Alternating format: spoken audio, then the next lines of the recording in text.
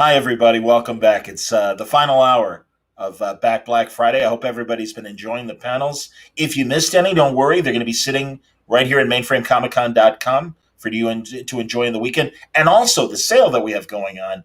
We need to remind everybody. Do you mind, Alec, put the crawl up and leave it up for the hour? It's okay. Because we want to direct people, too. We're selling some great art here at the website. And it's not just for tonight. It's going to go on through December 4th. So if you you have a chance to go where the prints are, check them out, and you might find something nice, a nice bat present for this holiday season. But I'm really excited to be doing Hanging Out in the Batcave. Judd Suntress here from the Word Balloon Podcast and Mainframe Comic Con, and I want to start introducing our panelists. These are people that have worked on Batman in the past, but also have current projects in the works as well. And we'll start off with the writer of a new Batman Black and White that's coming out in January, I believe. It's Corinna Bechko, everybody. Hello. Here she comes. There Hello. She is. Good to see you, buddy. How are you Thanks for doing this. I'm doing all right. How about you? Pretty good. Atta girl. Excellent. Her collaborator on said Batman Black and White, my co-host of To the Outer Limits, Gabriel Hardman, everybody, coming on the broadcast right now. There's Gabe. Hello. Good to see you, my man. Good to see you, too. I'm excited to talk to you guys about your story, but we'll continue to introduce the panel. From Batman 66, it's Jeff Parker, everybody. Jeff, coming in. There he is. Boom. Another regular on the To the Outer Limits podcast. We've talked a lot this week. Yeah, we have. This is great. Just like it never ends. There we go. And now it's time for our returning champion, who did a great run on all three, Batman, Superman, and Wonder Woman, with Kurt Busiek and Mark Bagley on a book called Trinity back in the day. It's Mike Norton, everybody. Woo! Hello. Can you hear me? I can hear you. You sound good. We were having issues before we came on live. But, no, guys, thanks a lot for doing this. It's just a casual conversation. We can talk Batman, talk whatever you guys want, literally hanging out in the Batcave. But I will get business out of the way and talk to all of you about your books. Now, Corinna and Gabe, you've got a book coming up for Batman Black and White, issue 2, correct? Is that correct? Coming out in January, I want to say. It is in January. I never can remember which issue. Is it Gabriel? Do you remember if it's 2? We must have lost for a second. Oh, no, I have to rely on. While he's gone, Corinna, we do have an image from the Black and White book, and see if you can find it there, Chuck or Alec, if you guys can put up the image from the story. There we go. Look at that. Nice. It is gorgeous. Tell us about the story, Corinna. Well, it's always fun to work with Joker, so this is a hopefully rather. I don't want to say classic, but gets to the heart of the relationship between the two of them. Interesting. Very cool. Did you see the movie? The Joaquin Phoenix movie? Oh, yeah. Gabe, you're back. We got a great image from the story, and we're just talking to Corinna about it as well. The Black and White story coming out in January. There we go. Yeah, this actually was something that I really wanted to do. I mean, as opposed to a lot of freelance things, that might come up. I mean, I've wanted to draw a Batman Black and White story for 25 years or whatever. That's great. And also just doing black and white work really appeals to me. I mean, and it appeals to me in general, but I hadn't actually done much in the last several years. So when I got into this, and it was like, it was like breathing fresh air to just have, but also a challenge. I don't know how those two things go together at all, but I love having to tell a story in black and white, having all of the storytelling, the visual storytelling be like something you have to commit to, and not leaving room for a colorist, and knowing that there's nothing, coloring wise that you can tell in that story. I don't know. It's just a really exciting challenge to me, but also I absolutely love, just working in black and white, and I would be more than happy to set up a whole black and white imprint. I agree, and I think your art looks amazing in black and white. And Corinna, like, so tell me, co-writing this and everything, like, give us some basic feelings about like the Joker. Is the Joker a favorite of yours? I mean, tell me. I think Joker is interesting, I think, because you just have chaos. So it's sort of chaos personified is an interesting, a rich tradition of these kind of Joker characters that go back, trickster characters. But you also get this certain maliciousness with this character, which I think is interesting to write right now, because I think that when we were writing this, we discussed that a bit too, about what actually drives someone that just wants to see everything be as crazy as possible all the time. So. And also, just there's a level of almost absurdity that you can have with the Joker that you can't do with a character who needs a more straightforward motivation. I mean, you can tell a story with this character where you don't the motives are not like laid out and set in stone, and that you have to follow this particular path. There's a level of uncertainty about the character that makes it enjoyable. It's like getting to write like a fake Harold Pinter play or something. Like you don't know where the characters are going. There's a good question here from the audience from Carl Bakey. He wants to know how you approach black and white differently as opposed to drawing with the colors involved. And I know the answer to this. Do you do your own inks? Oh yeah, I mean, of course I do my own inks. I mean, I worked in comics when I was younger in the '90s, and not that the work I was doing was amazing, but almost everything I did was destroyed by an inker. I mean, I worked with a couple of good ones. Mark McKenna, Bruce McCorkindale, and Bob Wyacek. Everything else was pretty terrible. So when I came back to comics, I wanted to. I never felt like I'm not a slick inker, I mean, I'm trying to like bring across the feeling of it. And, and I actively work against the slickness, and I like texture, and I like, and I like to just have the emotion come through the feel of the inks. It definitely is different when you're just working in black and white, and it limits your toolbox in a certain way. Storytelling toolbox. But I like that. I like limiting things. I like putting, you put limits on stuff. It makes you, think about it differently. It gives you a different structure to work in. And I think that was always valuable. Mike, have you had the opportunity to do much black and white stuff? I mean, no, I haven't, but I'm a big fan of the limits that Gabe's talking about. Absolutely. I feel like parameters inspire, innovation. They make you think out. When you're given a limited amount of things that you can do, you start to use them more creatively. And I really like that about that sort of thing. I haven't done it wasn't up until recently that I started even using shadow and stuff in my artwork. I used to be a pretty open line kind of, Mike Waringo copycat. So sure. Recently when I started, it's weird. Like once I started working digitally, I started getting rougher and playing around with textures and shadows and stuff like that. It's strange. I don't know if that's necessarily an evolution everybody makes when they go digital, but it worked for me. So yeah, I mean, it seems to me like usually the people get even slicker when. Yeah. And ironically, that's why I started doing it, because I was never hired to ink my own stuff early on, and I said, well, I need to figure out a way to get better at this inking job thing. Right. So I started working digitally, and I was like, oh, it corrects my brush and everything. And after they started hiring me to ink my own stuff, and I was like, this is great. And as soon as they did, I was like, you know what?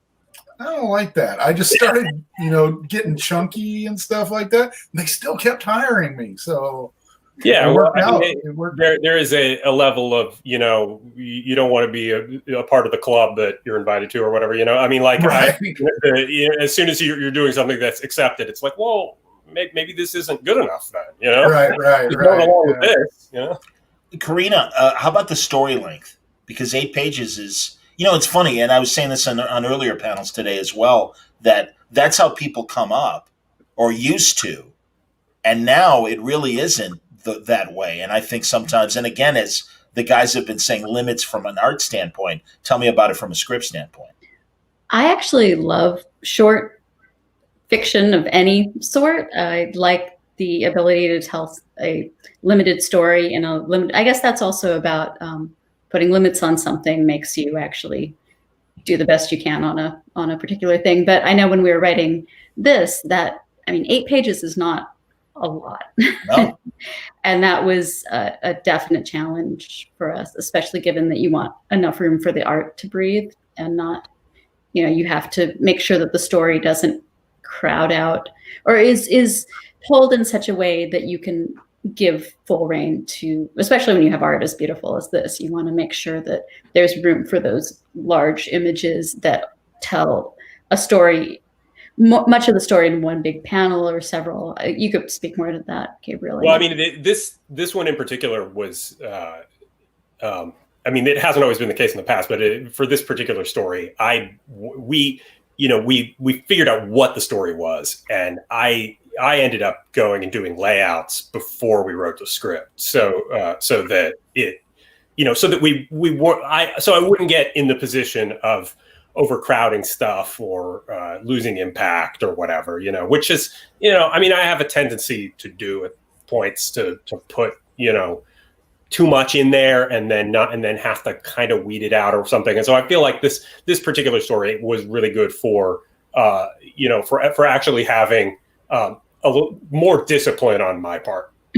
Okay. Jeff, I know you would literally, when we first started talking 15 years ago, you were breaking into Marvel doing backup stories that were this length or maybe 11 pages. I don't even remember the actual page count. A lot of short stuff, yeah. And then all my regular work at first was done in one. I did the Marvel Adventures line, and the only rule for the whole thing was it must be done in one, so that a parent doesn't have to go find another book for their kid in case a kid should ever read these things. That was invaluable because I learned the hell out of how to end a story, because you just got to get it done. So what I kind of fell into doing was I would often try to begin a story with a nice strong action piece to bring you in right away, and then I immediately start figuring out the ending. And then it's all a matter of making those two meet in an interesting, maybe surprising way that can meander, do all kinds of things.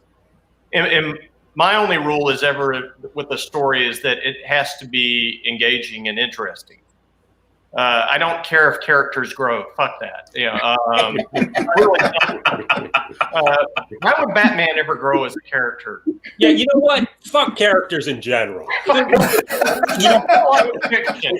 It's funny you said that because actually I talked to Kelly Sue DeConnick about before she did her story in Detective 1027, and she's like, Batman hasn't grown. He's still, and also like she's he's still that kid that his parents. I mean, had a really bad day with his parents, but he's never gotten over it. Yeah, that's his whole problem. So honestly, we over the course of this pandemic world, when I'd been working on a movie and it would come back for a little while, go away for a little while when because everything was so uncertain. So we ended up doing multiple short Batman stories. Like we did one with Batman and Brother Eye. We did this black and white one. There may have been another one. I can't remember. And you did another one, and then I did another one. Yeah. Oh, that's true. And then Corinna wrote a digital first one, and I wrote and drew a different digital first one, right? Corinna. Yeah. Forgive me, Gabe. Continue, and then I'll ask Corinna about her story. When approaching writing Batman, my least favorite part of it is him being this kind of adult child obsessed with his parents and everything. And so in every circumstance, I tried to angle it towards a villain. So Corinna, tell me about your digital first story. I'm going to talk to Gabe about his in a second, but yeah, tell me about yours. Oh yeah, actually this one was really fun. When I was pitching this, I was talking to somebody at my day job, and I was like, "Oh yeah, I'm thinking of trying to think of Batman stories." And he said, "How come Batman never goes in the woods?" And I was like, "Yeah, how come?" So this is a story where Batman goes to Gotham Woods, and the artist on this was Juan Gideon. Okay, amazing. And there are monsters, and I guess that he is likes to draw monsters, which is great. But I gave him tripod monsters, which I guess is a challenge, which as a writer, I didn't really think about how that might be challenging. But it looks amazing.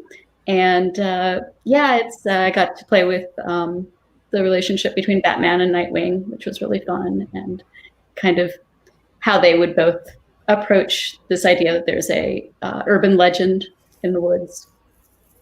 That's cool. Are you getting more opportunities? I love the digital first stories. I really think they're incredible. They're done in ones, as Jeff was saying. Yeah, I too. So are you doing more for DC Universe? Are you getting chances? Yes, but I'm not supposed to talk about it yet. That's okay. That's it. Well, it's an excuse. I'll say it's not Batman, but there's something else coming after Batman. That's excellent. And God, I bug Gabe enough solo, so it's an excuse for us to talk solo in the future, please. So definitely. Mike, your run on Trinity is weird because, and I know at the time, you Bagley had the front of the book with Kurt Busiek wrote both parts of it. You had the back of the book, and also for a long part of the run, something happened to the Trinity that they were off model, and you can explain it better. Well, I'm not sure.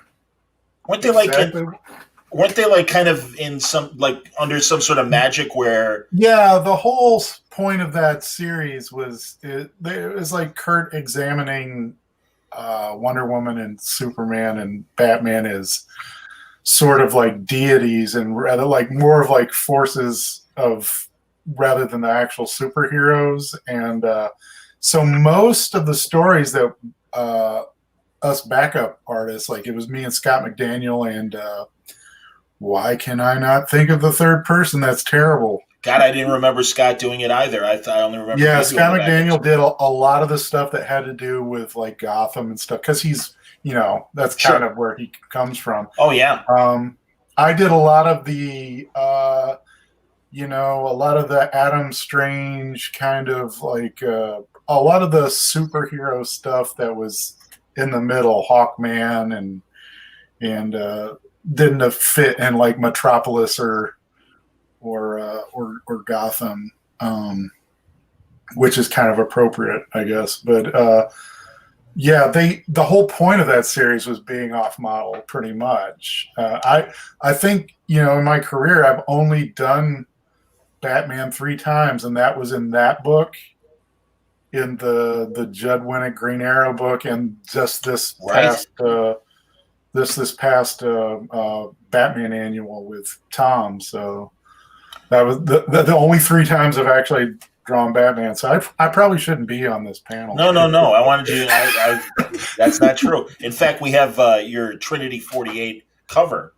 That is an really? Yeah. So yeah, back when I couldn't draw. Yeah, don't look at that. Why?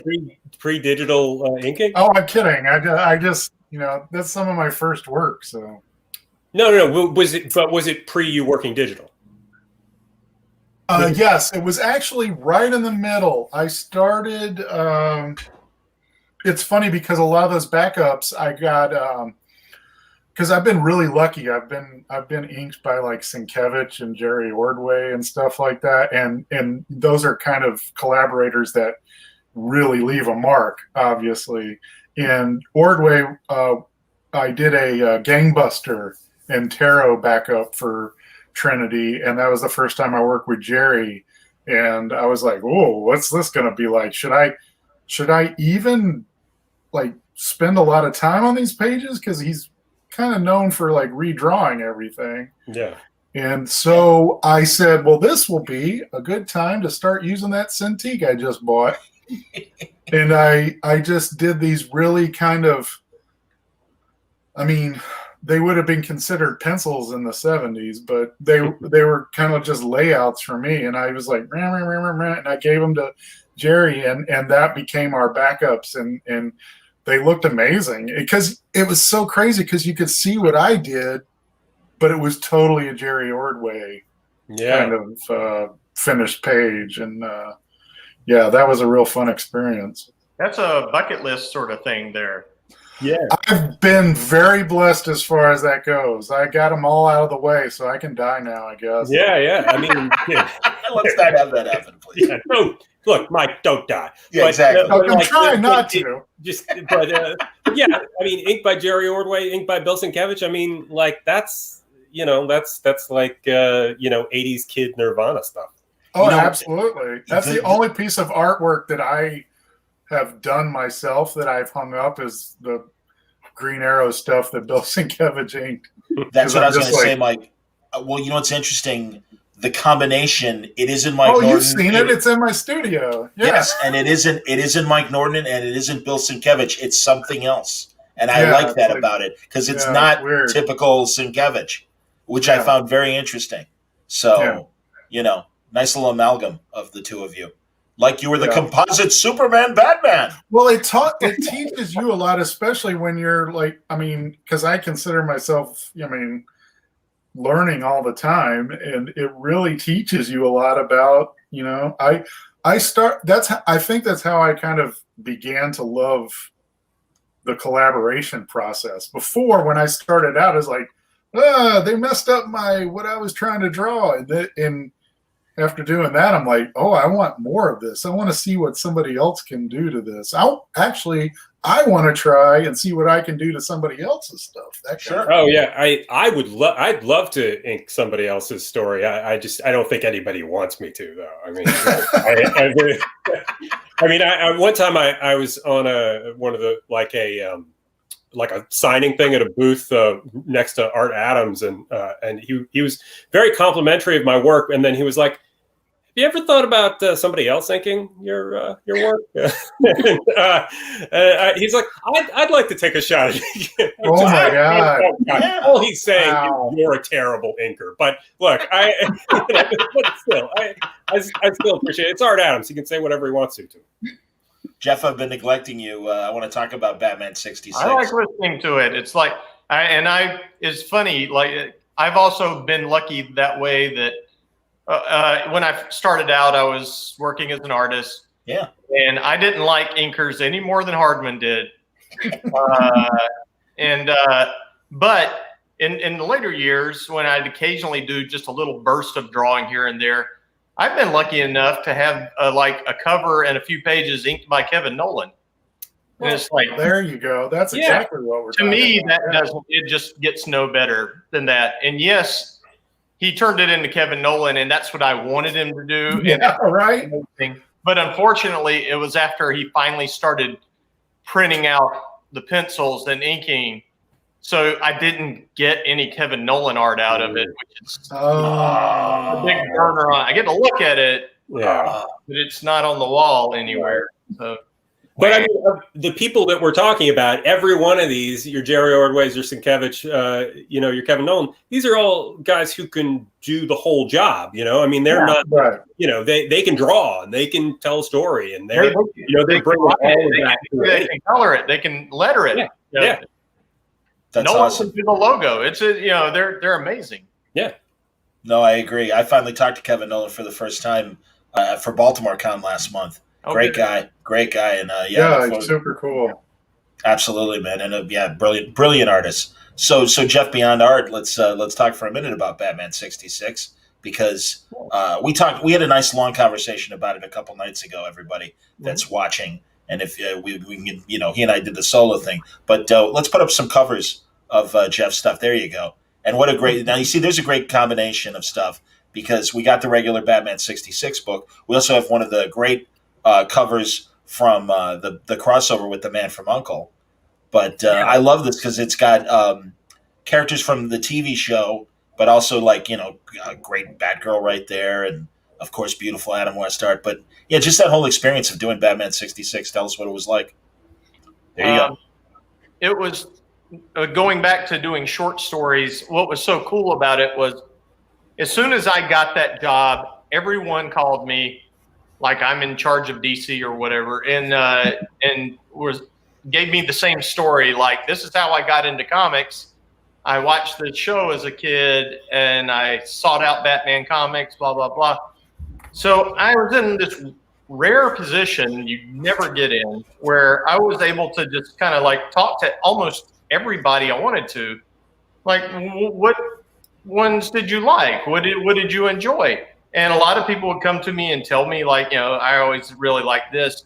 And then I'd talk to Jim Chadwick, the editor, and if he okayed them, I would craft a story based on, what they like. Because it's like, it's great that I got to do this for 8-year-old me, who's in there somewhere, not letting me turn the job down.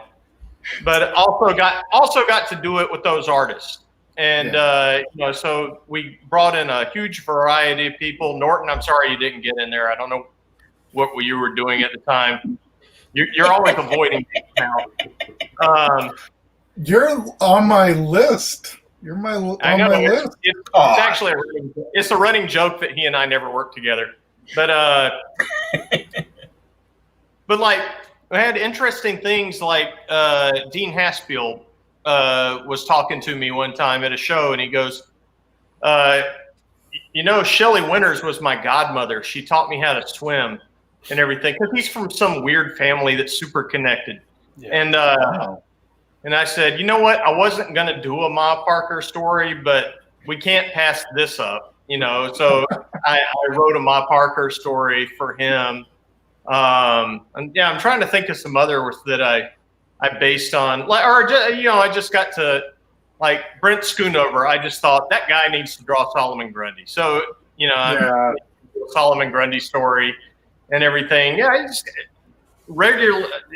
so rare that you get to actually tailor stuff for somebody, and they're all short, so it didn't take people that long. At most, maybe they did, 2 10-page segments or something like that. But I started with my good friend Jonathan Case on the series, and he was super important in setting the tone for the entire thing. Put up those images of the covers again, because Jeff can, the second group, guys, so Jeff can talk about Jonathan some more. Those covers, yeah. Because the middle one, okay, the one on the left, that's Mike Allred, cool. regular cover artist for the series. Mike. Alex Ross on the right. Yeah, and that was Alex Ross, of course.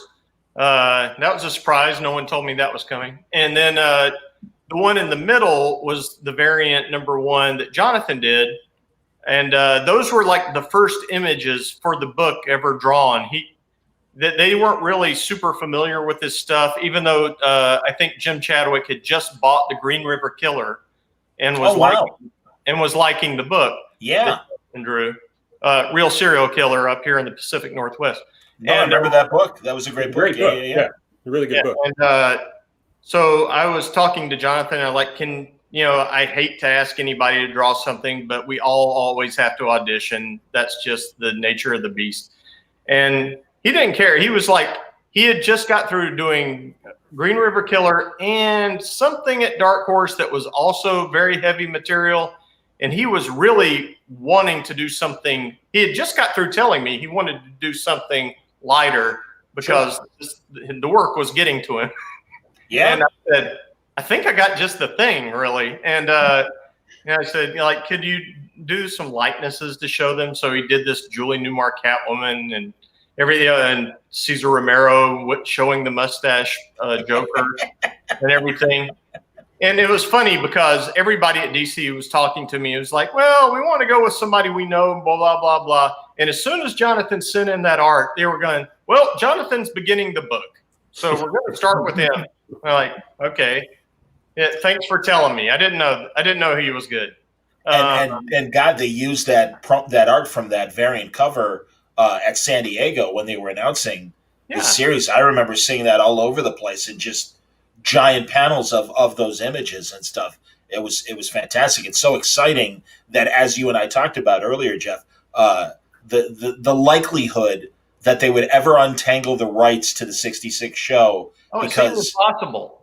Yeah, because it was, for people watching that didn't hear our previous conversation, it was before Warner Brothers owned DC, and DC was just a publishing company. Fox made the TV show. Then Warner Brothers bought DC, so they own the IP, but Fox owns the television show. They were able to make VHS copies. And Greenwood, William Dozier's company, whole different thing. No one's alive. There a lot of what they ran into with this was trying to secure rights where there was no one remaining to grant rights, and they weren't sure what to do. That's why we never ended up actually being able to do the likenesses of Commissioner Gordon and Chief O'Hara. So they look different all the time throughout the series. The estate of Neil Hamilton not available. Same thing with Alfred. Same thing with I know. It's like, come on, I want to look like him. Was that Alan Napier, or is that? Yes, it was Alan Napier. I can't remember the name of Chief O'Hara. Me neither. Saints be praised.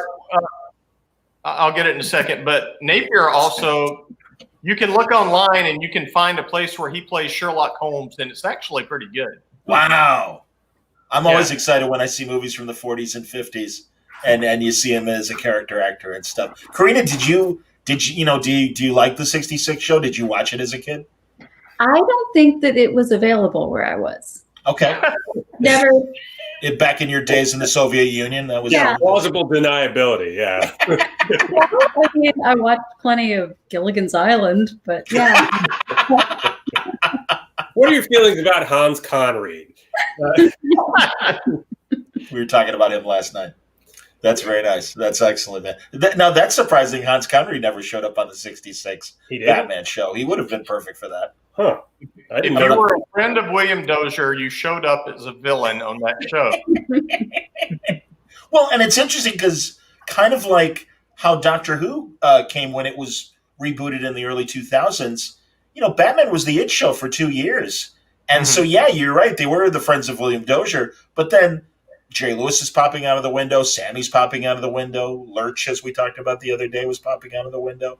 Ted Cassidy. I mean, it was crazy. Warner Kempler. Yes, as Colonel Clank. Yeah, actually, when you describe who was on the show, it sounds like it was aimed at 50-year-old men in 1956. You're not wrong. Like, hey, Sammy's here. We got Werner Klemper. So aimed at me. What do you want? We got it all. I mean, would you ever? Go ahead, Mike. I'm sorry. No, I was just saying. I loved every second of it. That was all the reruns I was watching as a kid, so I totally got all of it. Well, we're like Rudy Valley. I saw, those guys in like Cannonball Run, and I was watching Hogan's Heroes and stuff. That was all on TV. And my mom woke me up at like midnight so I could watch the Batman movie on WPTY in Memphis. And wow. Yeah, I was like, wow. And then I was like, then I started reading the comics though. And I was like, what the hell is this? Yeah.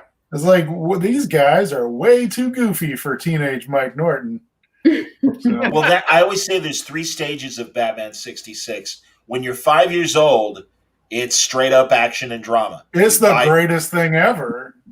And then around adolescence, you're like, this is corny. I'm not watching this. Yeah. And then somewhere like around high school or college, you're like, wait a minute, it's supposed to be corny.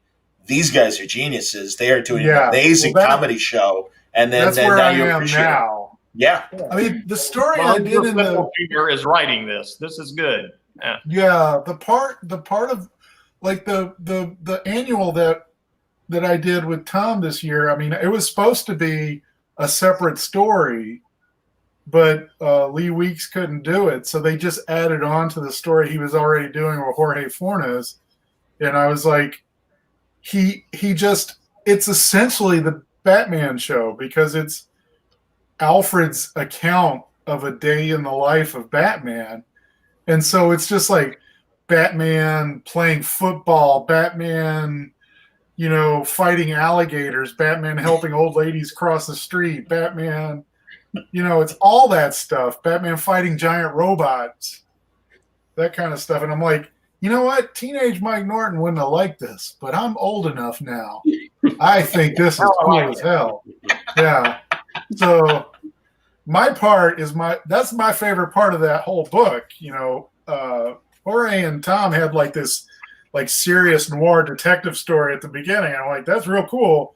But I had Batman fighting against dirigibles and, guys with like cookies and stuff like that. So understood. I want to take a question from the audience from Saki, the sock puppet. It's right there at the bottom, guys.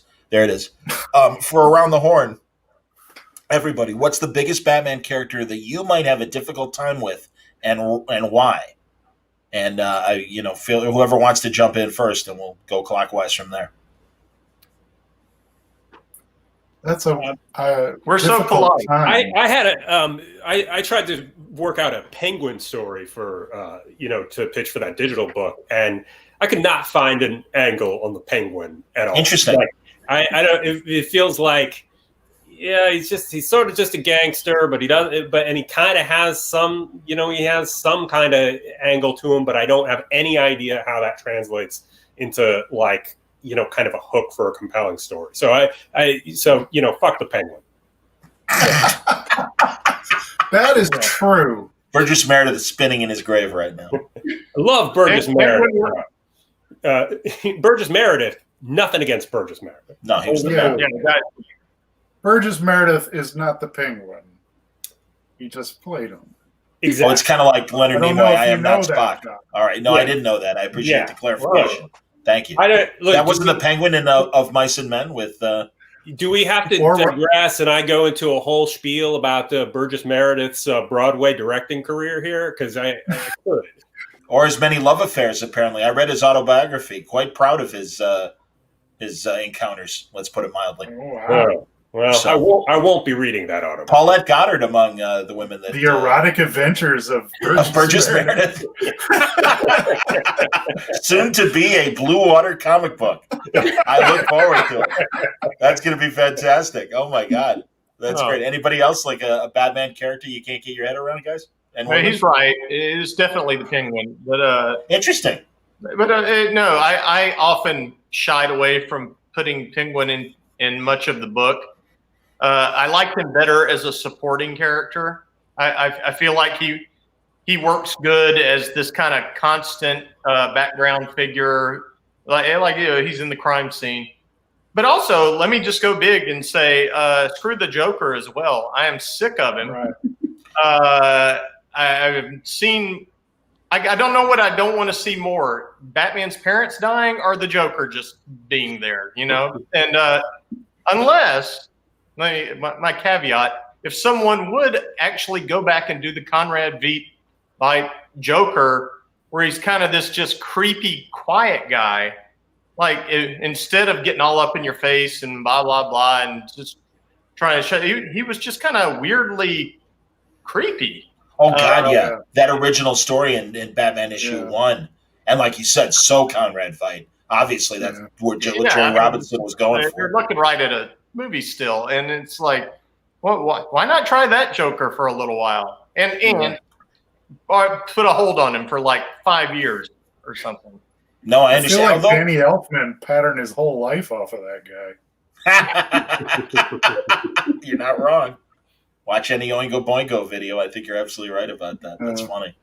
So, I mean, Corinna, any characters come to mind that you would struggle with Batman wise? Yeah, actually Nightwing. I had previously a while back been asked to pitch something for a Nightwing thing, and I just couldn't quite get it right. And so then with this one the digital one, I was like, damn it, I'm gonna get Nightwing right. That's awesome. That's great. Feel like I have finally made peace with that character, but previously that would have been up to about a couple of months ago. I'd say that would have been my answer.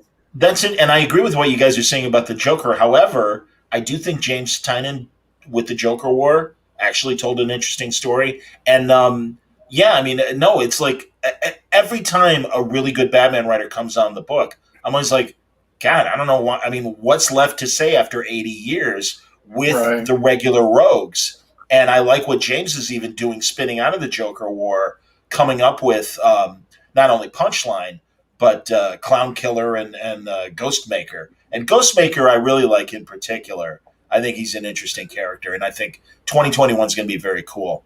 I'm jealous of the name. Which one? Ghost of which one? Punchline. I was like, oh, yeah. That's a good character. Good job. Absolutely. And in fact, mentioning Punchline, we've got Art. I have to make sure that I say her name right because she's on my list. Mirka Andolfo is selling prints of Punchline from her one-shot that just came out a couple weeks ago. There they are. Outstanding. Look at it. I love the one on the right that evokes the Alex Ross Joker Harley. Oh, right. Yeah.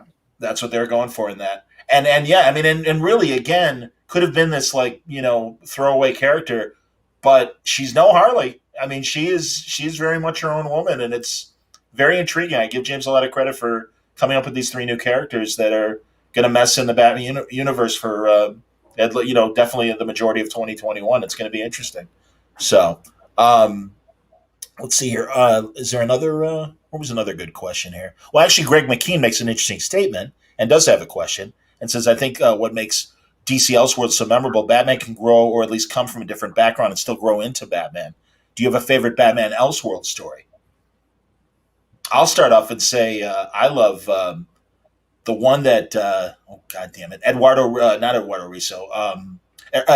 Barreto did, where Superman grows up to be Batman, and it's and he's raised by the Waynes, and the Waynes find him and stuff. And I it was called the something Bullets. I can't remember what it was called, but it was fantastic. I thought that was great. Is it called The Incredibly Small World of DC Comics? Yes. Yes. Where you and some of the Elseworlds it's did not get the one guy, it's the other one. No. Outstanding.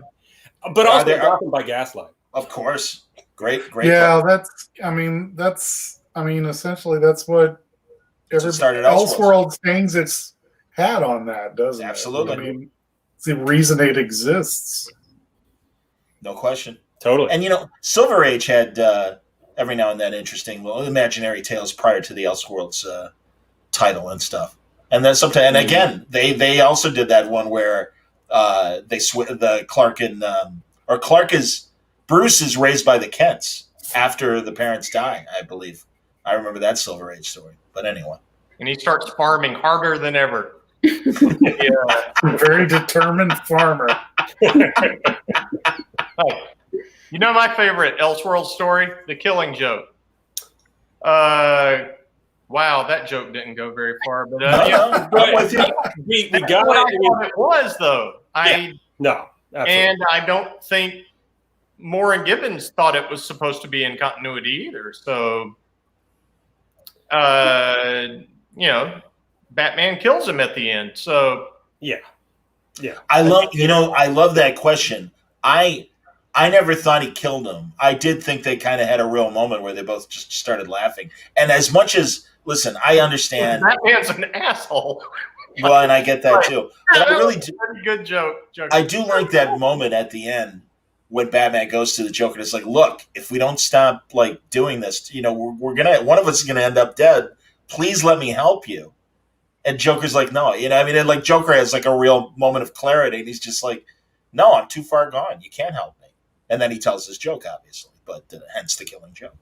But no, I thought that was that one moment. I think is a really strong moment in Killing. It's funny. That came up again because I think Grant Morrison brought it up in an interview, and then everybody started arguing about it a couple of years ago online. Mm-hmm. And as I remember at the time in the 80s, me and my friends, we all assumed he killed him. Interesting. We didn't think it was a big deal because we, again, did not think the book was in continuity. Sure. We thought it seemed like a one-shot. And it's like, oh, he's like, Joker's making it clear he's never going to stop. And the reason that they pan down and the laughter stops is because his neck just got broken. And I like it that way. A happy ending where the Joker dies. I love that moment in Dark Knight, the original Dark Knight story in the 3rd issue, where the Joker kills himself and Batman's stuck with the corpse, and essentially it looks like Batman just killed the Joker. I thought that was a great moment. So, and also even in the movie, I did appreciate the callback to that great scene that in the comic happens in the Letterman audience, where Joker kills everybody in the audience and everything. I think that was a chilling moment. You know, Corinna, I started asking you, and I really want to hear everybody's thoughts on the movie, the Joker movie. Do you really? That sounds like we're going to go for another hour. You want to hear his? Now I do. No, I didn't see it. Okay. Did you see it, Corinna, or no? Full disclosure, I actually have not finished seeing it, which Okay. had me, and I should probably shut up until I see all of it. No, and I don't want to spoil, obviously. The one thing that bothered me is being an older movie fan. It was painfully obvious the Mean Streets and Taxi Driver and King of Comedy heavy influence. And I mean, it's, homage one thing, but, It's interesting, though, the way that it has sort of this crossover appeal to people. I've talked to a lot of people who are not comic book fans and also not comic book movie fans. Yep. Who actually went out of their way to see that particular film. And I think it's interesting that that's the thing that kind of reached over into people that are just fans of drama. Right. Yep. Well, that angle is new to those people. Mm-hmm. Absolutely. Like, for anybody else that has read or seen a comic book movie, they've been there, done that. So. And if they're under 40, the likelihood that they haven't seen King of Comedy or Taxi Driver. Yeah. So it is fresh to them. Yeah. I'm talking yeah. interns at my other, at my day job and stuff that, normally. Yeah. I know it's, again, the five of us and everything. It's like and I don't mean to be these kids, but really that, you mean like a real old movie? You mean like before 1980? And it's like, yeah. Well, try before 2015 for some. I mean, yeah. I mean, I think that there's an element of this stuff where, forget it.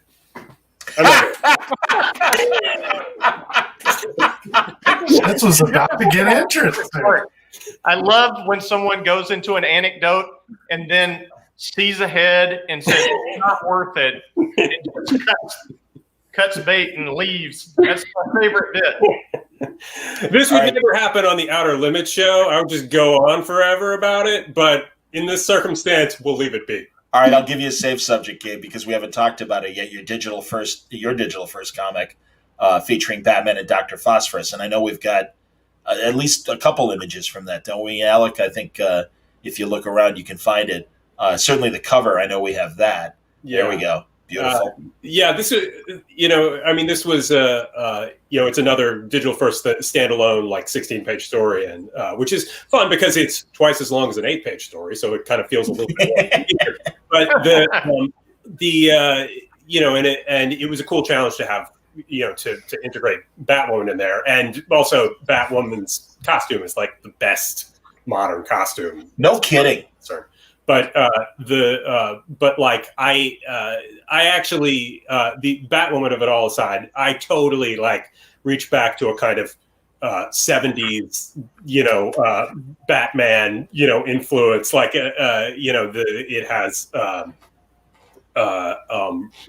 Rupert Thorne in it, and who is a kind of 70s era Batman, Gotham City politician, and Dr. Phosphorus. I just I can pretend like I had elaborate great reasons for Dr. Phosphorus, but really I just like people whose skeletons show. I mean, I like drawing skeletons. And I feel like, if you could have like a guy, if you have a character who is a walking skeleton, that's basically just like money in the bank. Also, he's leaking radioactive blood throughout the entire story. So you put those things together, and I just feel like that's that's the kind of solid, Batman digital first entertainment that everybody needs. Well, then we're looking forward to your Mr. Bones, Dr. Phosphorus crossover for the DC Universe, skeleton versus skeleton. Yeah, they have my phone number.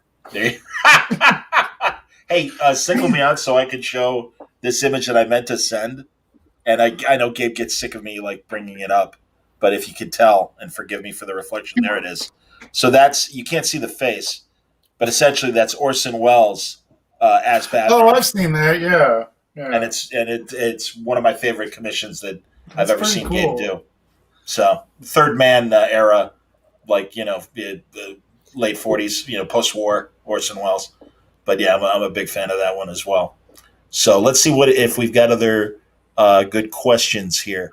Someone likes Norton's dogs. Yeah, I saw that. Comics Misexplained loves Mike and his pug love.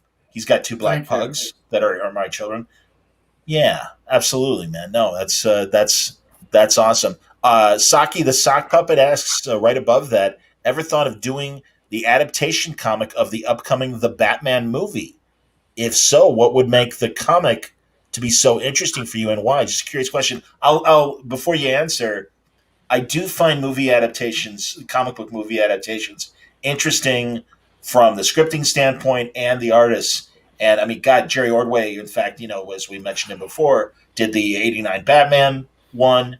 And God, Chuck Dixon and I back in the day talked a lot about various adaptations that he did, So, I broaden it just in terms of not only the Batman movie coming up, but movie adaptations at all. We can go around the room and see who would want to do it and who wouldn't want to do it. I have a feeling I know who wouldn't want to do it. What? Come on. What? Just because you think I respond negatively to every single thing, just because I was shaking my head while you were asking the question? Jeez. Mike, what? There we go. I didn't know if I sent it or not. Thanks, everybody. That's what you guys have it. It's like he's standing in the little alley, the little thing from the Third Man. Absolutely. Mike Norton, what are your feelings about doing like a movie adaptation of the comic? I mean, I don't have a burning desire to do one. I feel like when I was younger, like when Ordway did the '89 Batman, they were a different thing. I feel like they were using like different scripts and stuff too. Yeah. Like it was like reading the novelization of a movie, and you would get something else than what you were gonna see. And now they're much more integrated, like Happy Meal sort of tie-in kind of things. And I hear you. I feel like it would be a like nightmare approval wise as far as likenesses and stuff. And that is not a very fun thing for me. So no, I can't imagine that's too fun for anybody. Voice of experience right there. That is they're all licensed comics, but that's a licensed comic. Yeah. So, yeah. That would be really hard. Yeah, I mean, the great thing about that Jerry Ordway one is that he just does beautiful art, and the art. Yeah, that's the thing. You just want to. It doesn't matter what it is. You're just going to look at it. So. Yeah. No, I agree with that. What are the royalties, you think? What's that? What are the royalties, you think? Though, how hard are they going to push this? That's the other thing. Well, that's the thing. I mean, I feel like there's probably adaptations that you don't even know existed. Who knows how much they made on them? I don't know. Chuck told me about Wild Wild West being that they were going to adapt that. Will Smith would never approve his likeness, so that's why thankfully we didn't get that one. I remember that story. I didn't know about that.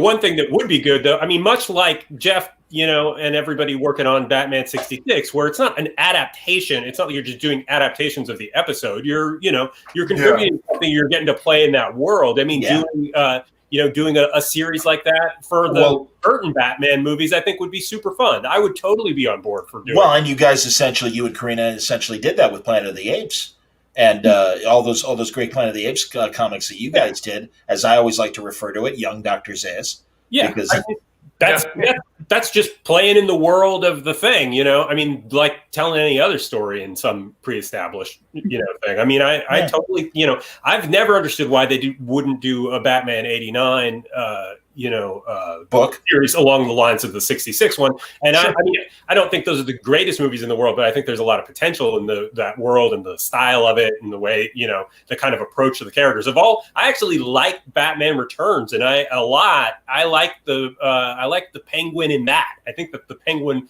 works as this, this kind of grotesquerie in a way that, those movies are all about the visuals anyway. Yeah, absolutely. That's all it is. But then most Burton is like that. Yeah, and if you did, spin-off stories from that, I mean, that gives you the opportunity to take that style and take that world and then tell stories and compelling. Yeah, like what if Burton did Clayface, that kind of thing. Sure. Yeah, or what if he had a good script, things like that. And Jeff, that's what Jeff, that's what you got to play with in the Batman 66 thing. Not only bringing the TV villains to the comics, but also, like you said earlier, with your story with Brent Schoonover and stuff, taking comic characters and putting them in the TV world, like you did with Solomon Grundy. Yeah, I got to do the weird. It was a fun exercise of like, what if they had done these characters that they never did in the comics? But it's 1967, yet they have a giant budget, and John Chambers is doing the makeup and all that sort of thing. How might they have done that? So that was fun to do it like that, and that way I got to do. I'm trying to think of some casting. Like, by the way, these aren't legit, and we never said it in print, so you can't really sue me for any of it. But like. Anne Margaret as Poison Ivy was the obvious one there. Wow.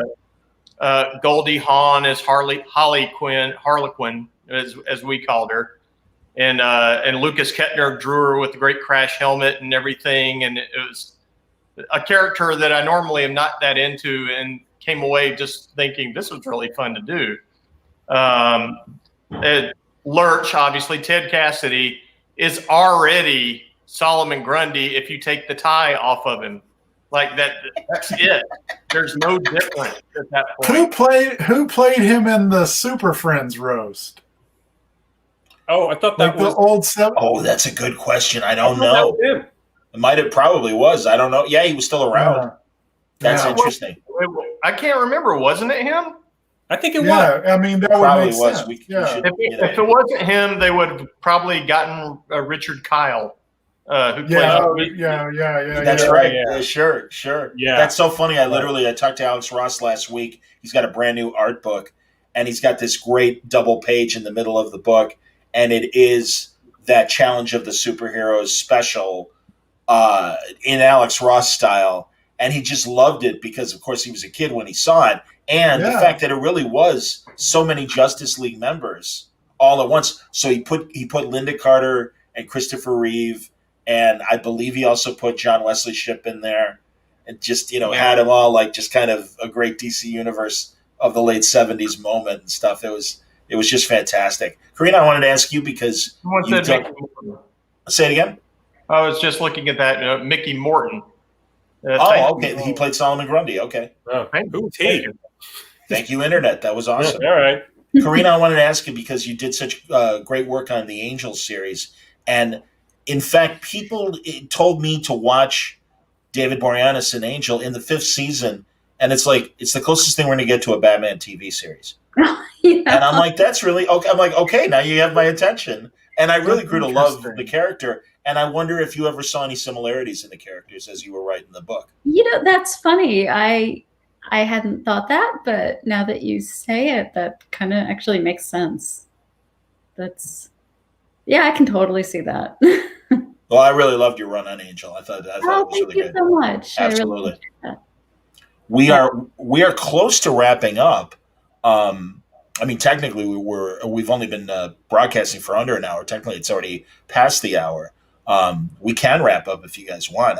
Let me see if there's any other interesting questions. There's a spoilery question from Caleb, so I don't want you to put it up, guys, because Corinna hasn't seen the full Joker film. It's okay. I'll cover my eyes or something. Nah, that's all right. That's it. That's fine.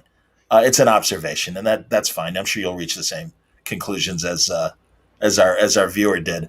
But guys, honestly, let's take this opportunity as we wrap up to tell any upcoming projects that you guys want to promote. Corinna, what do you got? What do you got coming up that you can talk about? Obviously, digital first that we can't talk about. The Expanse miniseries from. Hey, awesome.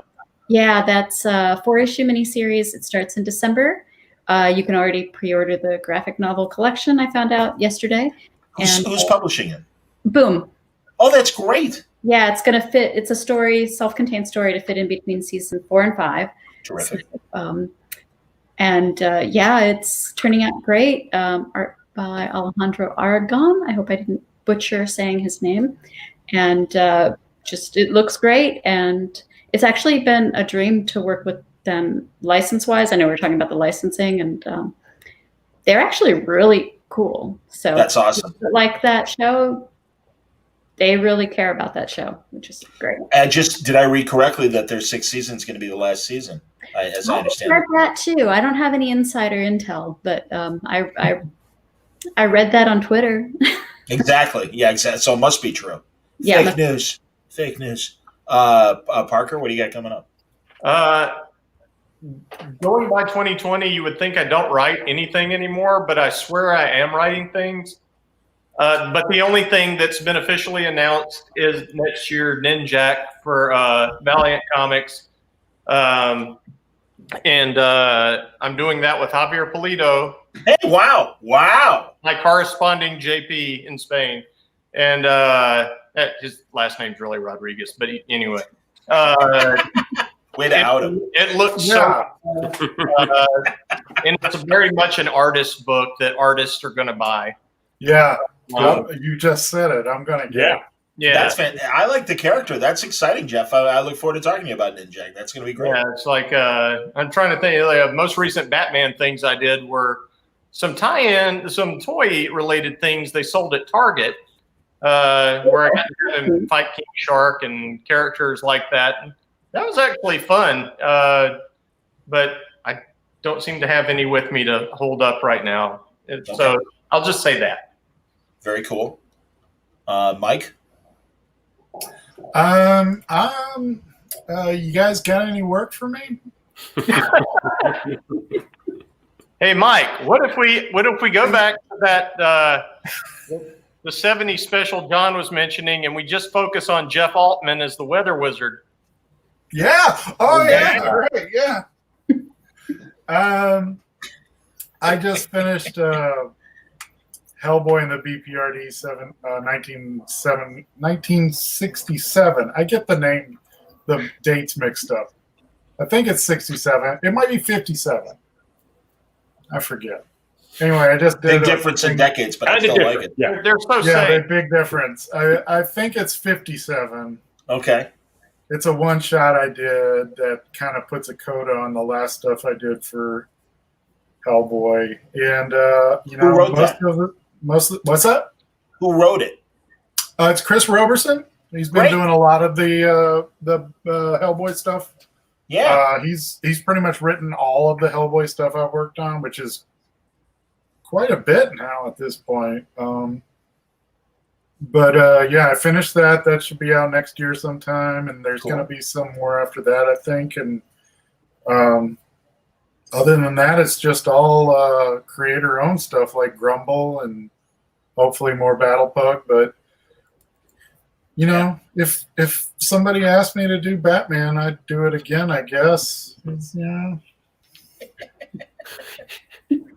All right, so now obviously, Gabe and Corinna, you've got your issue of Batman Black and White coming up in January. But what else is going on, Gabe? And I know you're busy doing a lot of movie stuff that you can't obviously talk about. But I don't know what you're talking about, John. Exactly. But, I don't have anything else that I can announce. Okay. There are, creator-owned things and machinations going on, but Okay. I don't have any other comics things to announce. All right, fair enough. And of course, reminding people of Gabe and Corinna's excellent work on the Planet of the Apes world.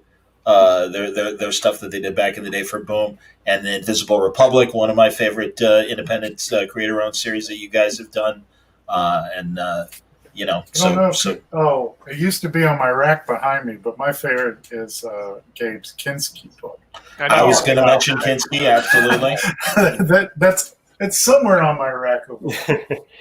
I very much appreciate you bringing that up. That's like the most personal book to me, and I encourage people to. It's definitely it's available still on Comixology, Gabe. Yeah, I mean it's still on Comixology, and and you can theoretically still order the book as well. Cool. It's I mean, I'd also certainly love to. Put it out again someday in a like a hardcover or something a little more substantial. I've got to ask because I can't remember. Were you able to leave a copy of it at Werner Herzog's house when you worked on him? I did. I gave Werner Herzog a copy of it. And he 100% pretended like it didn't exist because I think it was a little too close to home for him. But I also gave him copies of Invisible Republic, which he was actually very effusive about. Corinna was there for that part when we went back over there. That's really cool. I remember you guys telling that story. That's fantastic. On a Word Balloon Live YouTube, everybody. Yeah. Yep. So fantastic. I like this book very much. It is. Having seen Mandalorian, do that. Having seen Mandalorian, I can slip into Werner Herzog now. Yeah. So maybe not as good as I think, but there you go. It's your superpower. Everybody, thanks a lot for watching Bat Black Friday. It's been a great event and tremendous panels. Again, as you see on the crawl underneath, limited edition signed prints and autographed comics available at mainframecomiccon.com. While supplies last, the sale will continue through December 4th. So you've still got a whole week to take advantage and see some of these amazing prints and get slabbed copies of books. You can get books with remarks on them. David Finch is doing that for the Batman Catwoman book. It's fantastic and a great sale. And we really appreciate your support and your eyeballs all evening on this Black Friday. So thanks a lot for watching. Corinna, Jeff, Gabe, Mike, thank you for closing out the show with me. And everybody take care. And as we always say during these terrible times, stay safe, stay happy, and stay healthy. Bye-bye, everybody. Black Friday comic book deals are now available at mainframecomiccon.com. Like this David Finch exclusive variant starting at only $30. Limited edition prints autographed and shipped to you from only $45. Mail-in signatures with CGC grading available for your personal comic book collection. And impossible to find comic book posters all signed by the top names at DC. This is a limited time offer, so head on over to mainframecomiccon.com and pick up yours today.